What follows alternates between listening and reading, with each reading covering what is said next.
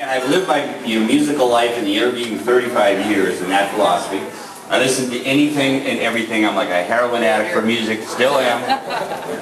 And as a little thank you for all the people that came out tonight, because I'm crazy and that's what I do, I started out to do a 4 CD set to give to each of you of music, kind of a gift. Well, so it started out as a 4 CD set. Then it was, well, maybe I could do 4 CDs just of the music from when Rather Ripped was in its prime.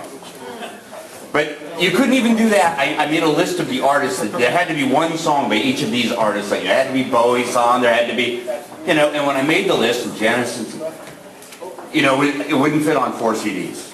So that set became a 6 CD set of, it's called Retro Reunion. And it is songs from classic Rather Ripped. Tried to get something on for everybody, but I promise that I'm going to piss off someone and fuck you. That's just the way it is. Right on! And the FBI gives them back.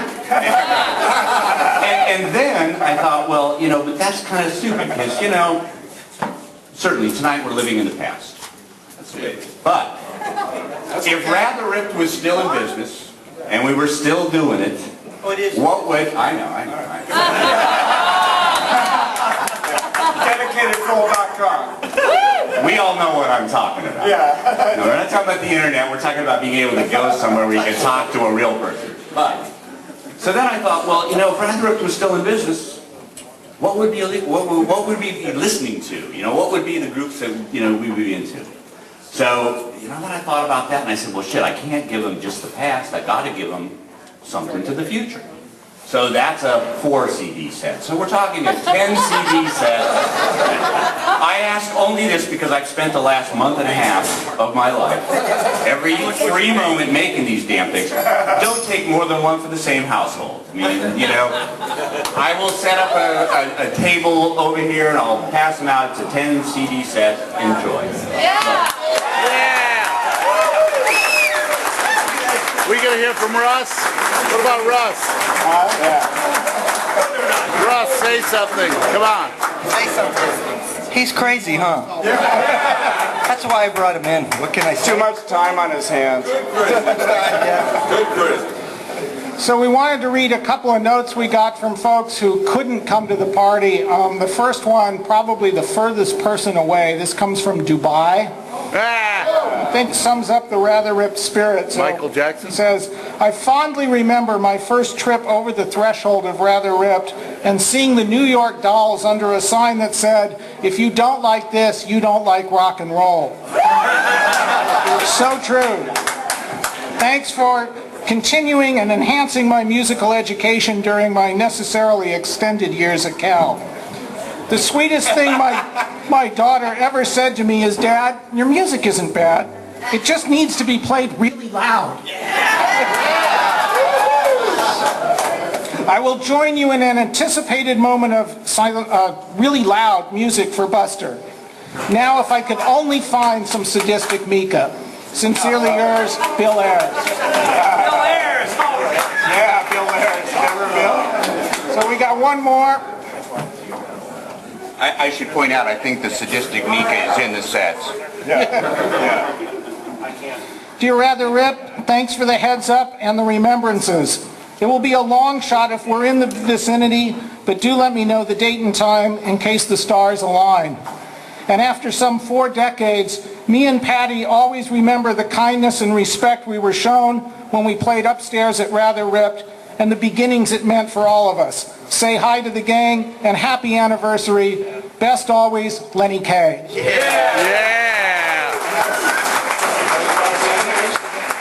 I didn't know we were going to do this, but I can come up with something, and I'll just have to tell you the basics of how I found out about Rather Ripped.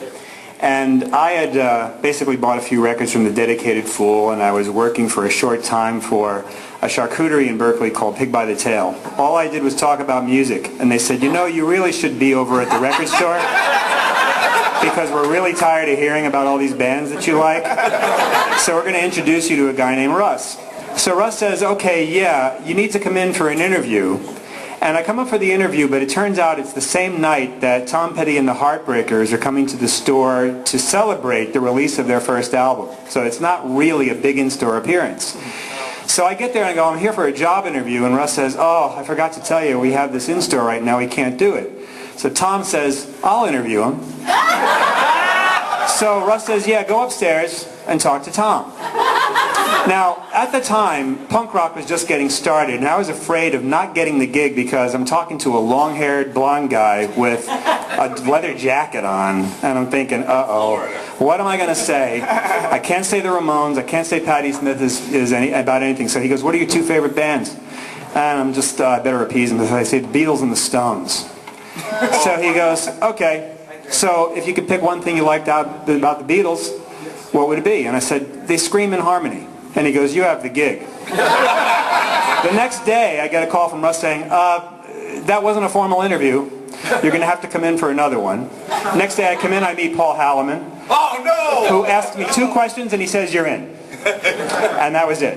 From there on, it was a glorious 3 or 4 years, and I have to say that that time that I had at Rather Rip basically, like Doug was saying, it created and formulated my understanding of music. It opened my ears and eyes to a lot of different styles of music.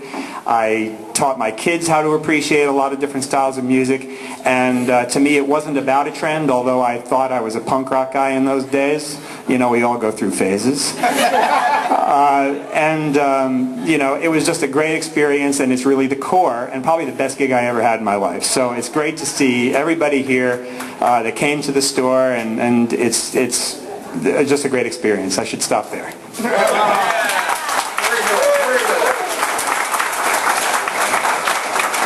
Yeah, that store was it was magic for all of us, and definitely had a big impact on our lives.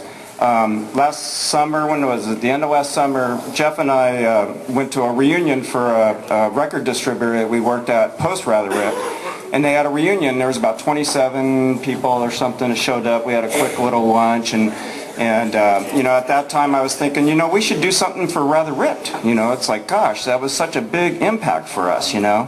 And so I got a hold of Russ, and Russ is like, well, Jimmy, I think the 40th anniversary is going to be in April. But I don't know. And then Doug was like, oh, I don't know. It's like, how many people are going to show up? And this and that. You know, the store hasn't been open you know, the Dedicated Full's still open, by the way. DedicatedFull.com for those of you who want to buy stuff. So anyway, we started putting it all together. We're looking for venues and trying to get something and put everything together, and it's come together beautifully. And so thank you all for coming.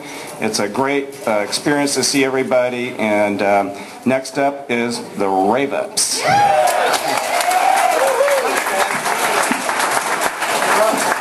I would like to make one correction. When I said that I made these CDs for all you people, it was actually a Kroll family production, including my wife, Maureen, Reenie, you might know her from the store, and my son, Ben.